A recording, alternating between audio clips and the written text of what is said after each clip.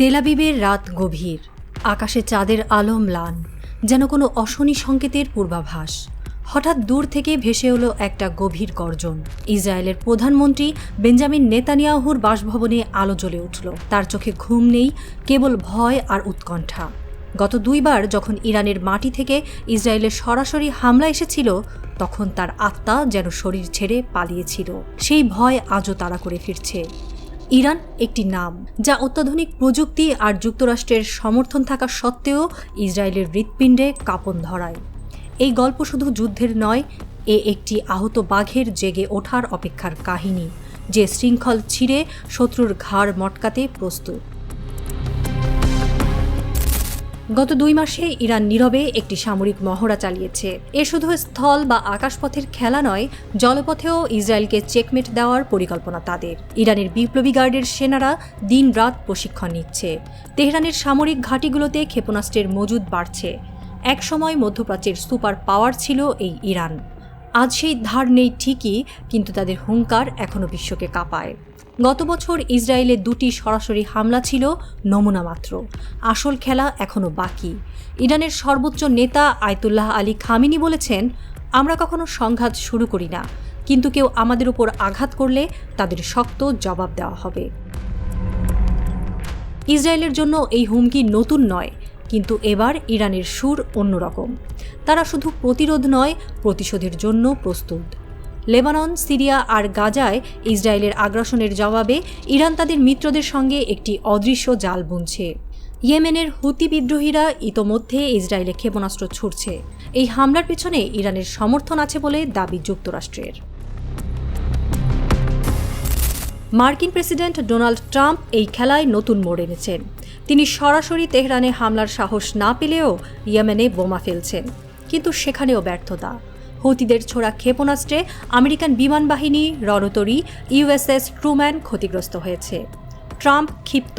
তিনি কিছুদিন আগে বলেছেন, ইয়েমেন থেকে কোনো হামলা হলে ইরানকে পরিণতি ভোগ করতে হবে।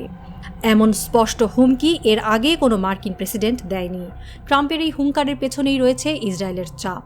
নেতানিয়াহু বারবার ওয়াশিংটনের দ্বারস্থ হয়েছেন ইরানকে ঠেকাতে, কিন্তু ট্রাম্পের এই খেলা বিপজ্জনক। সিরিয়া আর লেবাননে ইসরায়েলের আধিপত্য কমে যাওয়ায় তিনি মধ্যপ্রাচ্যে মাঠ ফাঁকা দেখছেন। তবে ইরান চুপ নেই। তাদের জবাব স্পষ্ট আর কঠিন। আয়াতুল্লাহ খামেনি বলেছেন, ইসরায়েল আর যুক্তরাষ্ট্র আমাদের ধৈর্যের পরীক্ষা নিচ্ছে, কিন্তু এই ধৈর্য শিগগির ভাঙবে। ইরান একা নয়। লেবাননের হিজবুল্লাহ ইসরায়েলের বিরুদ্ধে পাল্টা প্রতিরোধ গড়ে তুলেছে। গাজায় হামাস আরও শক্তিশালী হয়েছে। ইয়েমেনের হুথিরা ইসরায়েলের বিমানবন্দরে ক্ষেপণাস্ত্র ছুড়ছে। এইসব প্রতিরোধ যোদ্ধারা ইরানের ছায়ায় লড়ছে।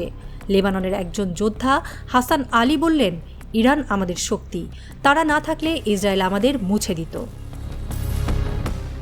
ইসরায়েলের জন্য এই পরিস্থিতি দুঃস্বপ্নের মতো।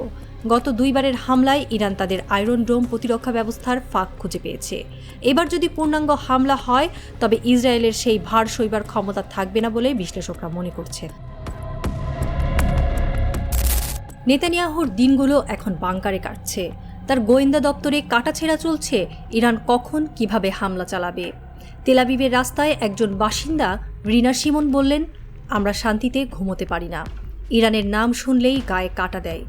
ইসরায়েলের প্রতিরক্ষা ব্যবস্থা শক্তিশালী হলেও ইরানের সম্ভাব্য আক্রমণের ভয়ে জনগণের মনোবল ভেঙে পড়ছে। যুক্তরাষ্ট্রের সমর্থন ইসরায়েলের পাশে আছে, কিন্তু ট্রাম্পের হুঙ্কার মধ্যপ্রাচ্যকে আরও উত্তপ্ত করে তুলেছে।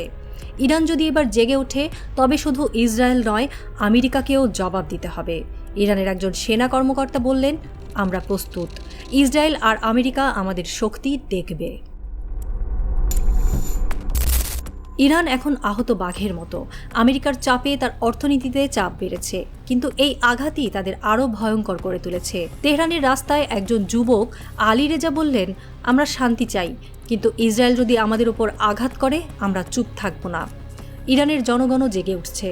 ইসরায়েল আর যুক্তরাষ্ট্রের চাপে ইরানের ধৈর্যের বাঁধ ভাঙার অপেক্ষা।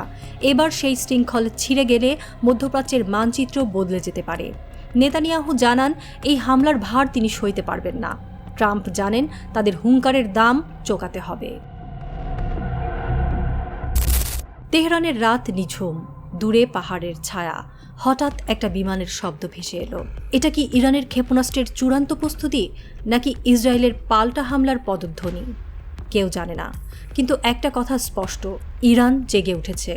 তার হুঙ্কারে ইসরায়েল কাঁপছে, আমেরিকা চিন্তায়। এই গল্পের শেষ এখনও লেখা হয়নি, কিন্তু যখন লেখা হবে তা হবে রক্তে আর আগুনে। সেখানে একটি আহত বাঘ তার শত্রুদের ঘাড় মটকাবে। এই এক নাটকীয় অপেক্ষা, শান্তির না ধ্বংসের তা সময় বলে দেবে।